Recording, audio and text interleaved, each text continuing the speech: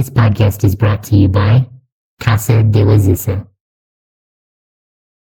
Welcome to the AI Analysis Podcast. We've got an interesting episode for you today. We're going to explore the entertainment world through the journey of one performer, MC Hoffman. She has this really fascinating path, starting in the super disciplined world of East Coast theater, Broadway, regional stuff. Right, very rigorous. And then she pivots completely, moving into the unique vibe of the Walt Disney Studios out in LA. Exactly. And that's what we want to unpack today, the core differences, culturally, practically. How does the training for one world set you up for the completely different challenges of the other? Her story is like a roadmap for that. Yeah, and that roadmap definitely starts with some intense groundwork. We're talking serious theater training, building blocks. Actually began locally in Virginia, which is kind of interesting. Okay, let's unpack this. Yeah, her first experiences were with this community theater in Virginia. And it sounds like it was more than just, local plays. They did Disney shows like Mulan, Aladdin, but also classics like Hello, Dolly. So a real mix. And apparently this company was sort of a talent incubator. Grant Gustin came out of there too. Oh, wow. Okay. Yeah. So it shows you don't have to be in Manhattan to get that high standard training early on. She was clearly in an environment where excellence was the baseline. And then when she moved to New York, that expectation just ramped up, right? She mentions working with some big names, specifically vocal training with Sutton Foster. Right. And the description was interesting, so kind, but also deeply knowledgeable. Really drilling down on that strong vocal technique you absolutely need for Broadway's demands. It's a marathon, not a sprint. Definitely. And that mentorship, it's not just about the how-to, is it? It's about the professional attitude, that seriousness, maybe, humility. Exactly, setting the standard. Yeah. And this continued with intensive camps like Destination Broadway. She pointed out the staff weren't just like former pros, they were current pros. People working right now. Yeah, like a former Glinda from Wicked, actors from the Aladdin musical. That's crucial because the training is directly tied to what Broadway demands today. She also worked with Michael Rafter. He did Jersey Boys, Shrek, huge shows, and Jay Johnson for dance. And the dance part's important. She said dance was actually her first love, her first interest. Oh, okay. So getting that really rigorous, precise movement training with Johnson, you can see how that feeds directly into the kind of work she ended up doing in Disney stage shows later. It all connects. Right. So that East Coast foundation is all about precision, hitting your mark every single time, which I guess prepared her perfectly for the very specific demands of doing Disney on stage. Here's where it gets really interesting. Yeah, she worked on some big ones. Beauty and the Beast, Mulan, Aladdin. She even choreographed The Little Mermaid. And this experience gives us a real inside look at the extreme technical side of these Disney productions. Okay, let's talk about those demands. You mentioned The Little Mermaid and these Heelys. What are those? They're these like rolling devices performers use to simulate swimming underwater. And she described the training for them as just insane. Because think about it, you're not just moving around on these things. You have to sing, you have to act, and you have to hit really specific choreography marks, all while balancing. Wow. That sounds incredibly difficult. It is. And that focus, that need to handle multiple technical and performance layers simultaneously, that's the kind of mindset you build on stage. It actually prepares you for the complexity you find later in LA, just in a different way. She also mentioned something about the music, like songs being cut from the live-action movies. Yeah, specific custom songs written for the stage shows, like Is This Home from Beauty and the Beast. Really important pieces by Alan Menken that were part of the stage story, but then just gone in the movies. Kind of a shame, musically. That stage rigor just sounds relentless. Yeah. She compared the intense movement in Hadestown, those panty songs. Right, very demanding choreography. With the sheer logistics of quick changes in the Broadway Aladdin, like the ensemble changing costumes basically every few minutes. Nonstop. And this constant pressure, this precision, it leads right to the core difference between stage and screen, which is all about risk. On stage, even in shows that aren't straight plays, like Dear Evan Hansen or Jagged Little Pill. Yeah, shows dealing with heavy stuff. Exactly. You need that nuanced acting, and you have to deliver it perfectly right now. There's no take two. And the audience is right there. Immediate feedback. She mentioned the controversy around Jagged Little Pill, how the script changed quite a bit between its tryout and Broadway. That pressure to get it right, especially with sensitive social issues, it's enormous. Because if the audience reacts badly, it's immediate and can be, well, pretty brutal. So that's the East Coast mentality in a nutshell. One shot, high stakes, perfection is the goal. Pretty much. Failure's critical. So, okay. Hmm. She masters that kind of pressure cooker. How does that translate when she moves to the West Coast, where the whole idea of one take barely even registers? Right. That intensity really sets up the contrast, doesn't it? Going from that high wire act to the, well, let's see what the West Coast studio lot culture is like.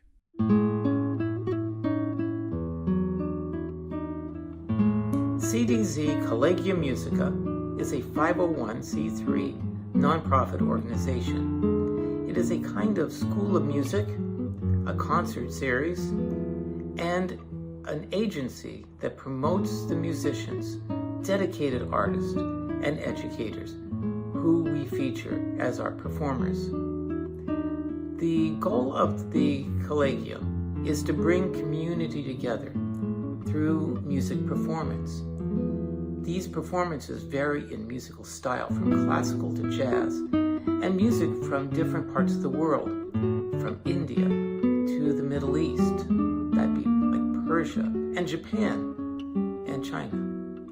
The goal is to also educate us to how music functions not so much as a musical universal language, because there are differences in the way that these languages of music are expressed, but to educate us to be able to be more appreciative not only of the music but the culture it represents. And by doing this, it brings community together.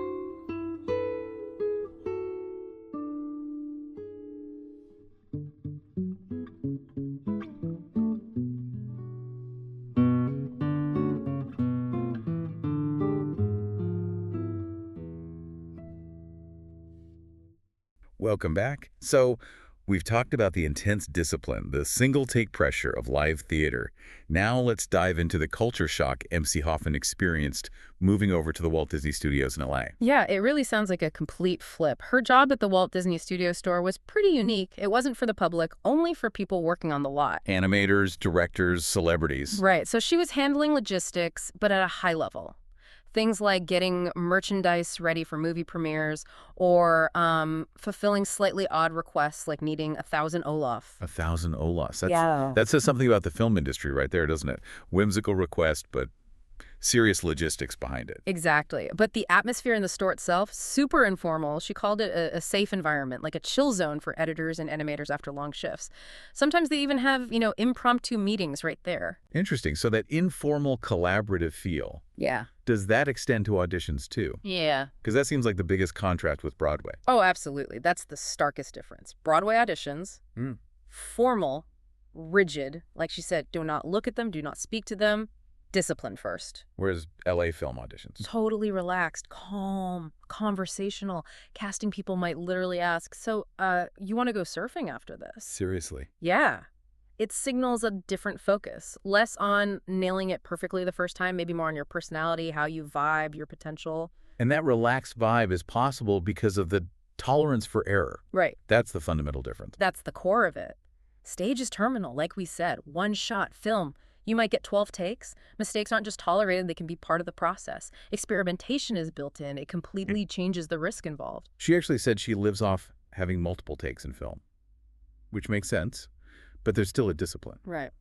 Especially with self-tapes now. For sure. The challenge shifts. With self-tapes, you're often your own crew. The struggle isn't the one-take pressure. It's making sure you're genuinely acting the lines, not just reading them, while also managing the tech side. You have to internalize it without the live feedback. Right. Different kind of pressure. Now, this relaxed lot atmosphere, sometimes it sounds like it tipped into chaos. Right. She mentioned a D23 event. Yeah.